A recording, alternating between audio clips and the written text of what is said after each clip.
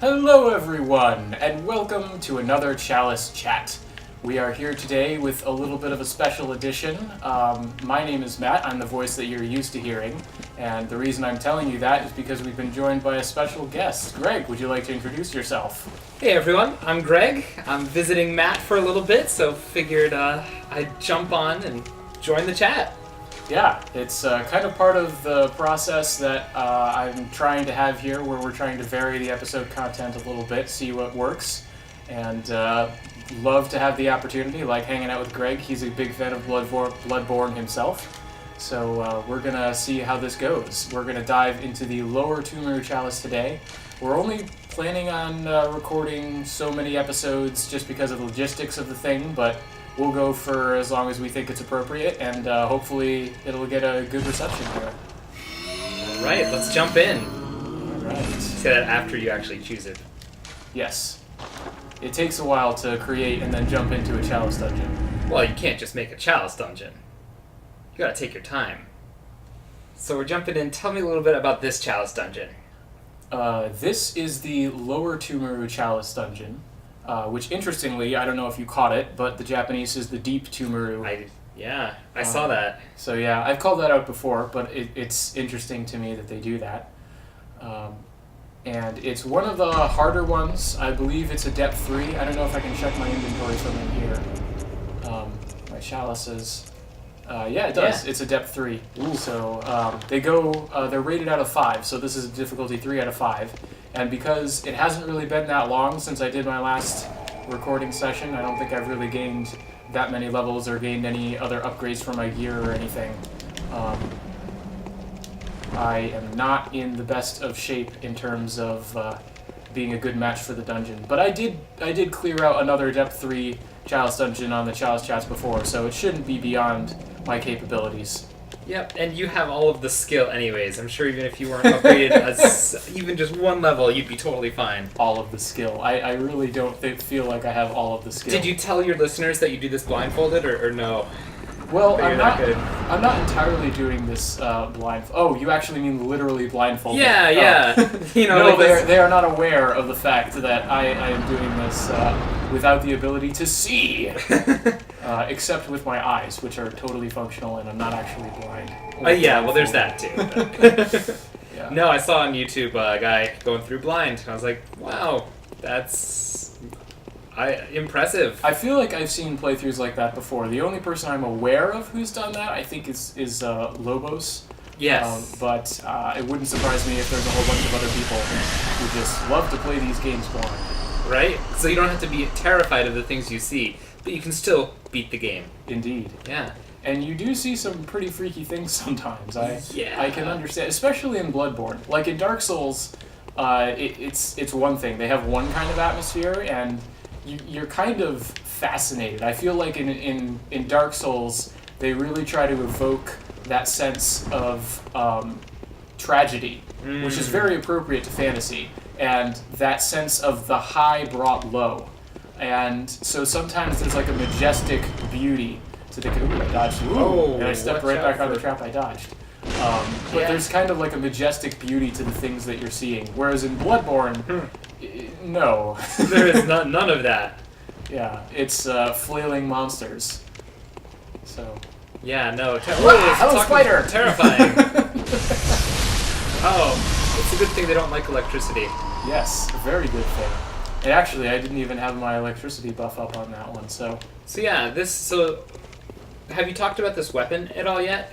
More or less. I don't actually recall in how great detail I've gone into it. Okay. But it is a split damage weapon. It's Strength Arcane, which matches the fact that I'm going for a build of Strength and Arcane. So, good for me, I suppose. And you can see in the Translation Born series where I pick it up, it's stashed away in the hidden ward. That's actually not the right name, but I can't think of it right now. The Yahargul Unseen Village is the official translation. And I've totally... Man, I came at this guy with one strategy and completely forgot to actually act on it. Ooh, I got a stagger. I was not expecting that stagger. What was that strategy? The strategy was to get him to do that buff that he does, where he turns all red. Yeah. Because when they're in that moment of buffing themselves, it immobilizes them. Mm-hmm. So that's a good opportunity to circle around behind them and get off a full charged attack, which initiates a backstab. Nice. So that's generally how I like to deal with those guys. I thought the arc of that swing would connect, but apparently the game disagreed with me. Alright. Checking stuff out. Yeah, the reason I keep... sorry, I was talking over you. I'm not used to having someone else here. No worries. The reason I'm rolling against all of these walls, as viewers of the series are probably aware of by now, I am slightly obsessed with the idea of illusory walls, which are not present in the main game of Bloodborne, but in the Chalice dungeons, every now and then, you'll either run into or attack a wall, and it will disappear, and you'll reveal a hidden passage.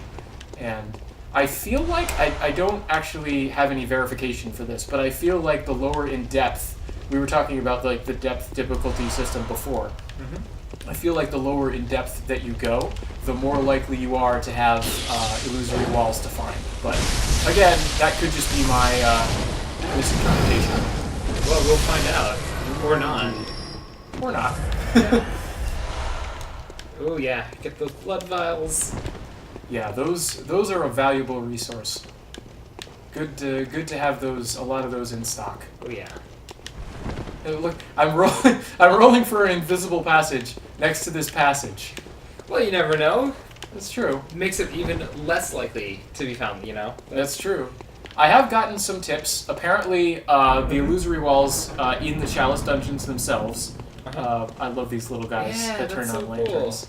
Cool. Apparently, the illusory walls in the Chalice dungeons themselves. Sometimes enemies will spawn out of nowhere when you run into the center of things like this. But oh hello. Oh boy. How much do I hurt you? Not very much at all. Much. Alright, so let's switch to a gun, and let's charge with lightning. Let's see how much I do with lightning. Considerably more. Considerably more.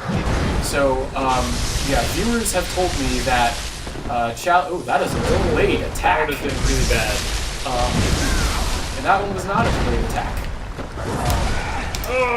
Viewers have told me that the illusory walls are generally in places where you would expect to find doors, and they also like see all these roots and branches and things. Places where illusory walls are concealed are not behind like roots and branches that are growing through the walls. So I have gotten that bit of advice, but there's that little completionist part of me that's just like, but you have to check. Gotta check. You never know, there could be a wall that will disappear and reveal a hidden passage. I mean, with my luck, I'll roll against like every single wall except the one that would have disappeared and just be like, oh well, never found any. Who's the crazy person who said there's actually illusory walls in these things? But isn't that just how it goes? I also have a tendency to check down each corner of these little stairwells, but there's usually nothing there. I have, speaking of tips, I have also gotten tips that sometimes there are things there, and you really should pay attention to that. Man, you could rename this from like Chalice Chat to like Chalice Roll into Every Wall. Only when you're playing with me, though. Okay. Alright, I remember this room.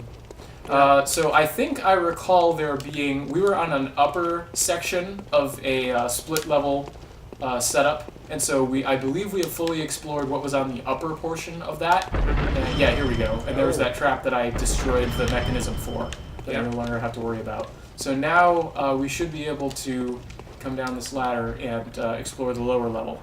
Interesting. Those look like those incense things that are supposed to ward away the beasts. Yeah, they're definitely incense burners. I had that thought, and I verified, I looked up, there's actually a specific type of incense burner that those are visually replicating. And you're right, incense in the game is used to ward off beasts, and they do so with incense burners. However... There he is right there. Yep, I see him. Thanks. So it's an interesting detail. I'm not sure why there are so many of them, but Alright, now I'm lightened up. Let's do a couple swings in here. Oh, the foot to the face. Fine. He's going to charge up, which means I'm going to get this, and then I'm going to visceral for half of that health back. Oh! So not so bad. Wow. And now I can heal up for... Take your bag back. I was hoping it would be blood vials, but it was ritual blood. That's fine. Alright, so we have the one passage off of that corner, and I don't see any other passages here. This is another challenge. This is another thing I think I've said before, but this is another challenge that you deal with in the Chalice dungeons, is not getting lost, remembering where you have or haven't been, and so I tend to call out, like, I've been in this passage, I haven't been in this passage, we've explored the top layer, we have not explored the bottom layer, just as a kind of way to constantly keep in my mind, have I or have I not been in here? And even so, I've definitely gotten lost a few times in the course of recording this series. Oh yeah. I can imagine. Oh, hey! There it is! It happened! Hey! Holy cow! And I doubted you silently? That is awesome! I can't believe I found this. You did it! Alright! Where does this go? The problem is this is going to reinforce your rolling into wall behavior. Yeah, I'm just going to roll all the more into the walls. Oh, and you get a treasure chest too. I'm rewarded for my diligence. Oh, man. Yeah. These are, and for those of you who are unaware, Greg is a compatriot of mine who I actually met while we were both living in Japan. Yeah. So he is also familiar with Japanese, so I can comment on aspects of translation and things, even though that's not really the primary focus of this series. That is, I wonder if this is directly above where we came in. I think it is. Ooh. I think we looped back, and that would have been a dead end, but now, because of that illusory wall, it loops back. But now to not interrupt myself, I can do things like say, Greg, what do you think of this translation? I'm pretty sure the official version is Sage's Wrist. I would agree. Yeah. I would agree. Yeah, the wrist of the Holy One. Yes, though keep in mind, like, as the picture showed, it's not like just the wrist, but from the wrist down. Yeah, that's what it looked like. Yeah, and this is definitely the lamp. This is where we came in. That is so cool. That is really interesting. But now I'm not sure where to go, because I feel like you've explored most of the avenues. Well, that was the one avenue. Wait, why is this another lamp? Now I'm this confused. is normal. This is where you were. Yeah. This is where we came in. Yep. And then you ran to a second lamp. I ran to a second lamp? I thought I went down a side path. Yeah, I went down this side path. Didn't I? I thought you got a second lamp, like, right off the bat. Oh, I did. I opened this passage. Yeah. I ran to get the second lamp, and then I thought I went back into this passage. Oh, yeah, yes. Because that's my normal method of playing through the game. So this is actually a bonus little passageway. It's not part of the core conceit of the Chalice dungeons. So if I go in here where I activated this particular lamp, technically this is where we are supposed to start. And you're right, now I'm just going to be insufferable. Yep. So yeah, and this is an unopened door. The other thing I will do is I will leave doors unopened. And I can see... That's good to know. ...directly in front of me. See this this pressure plate? Yeah. I've got 3 arrows that'll come shooting at me if I step on that. So let's work our way around and destroy these statues. That is not an issue. There we go. We got a ladder. And now we can... Aha!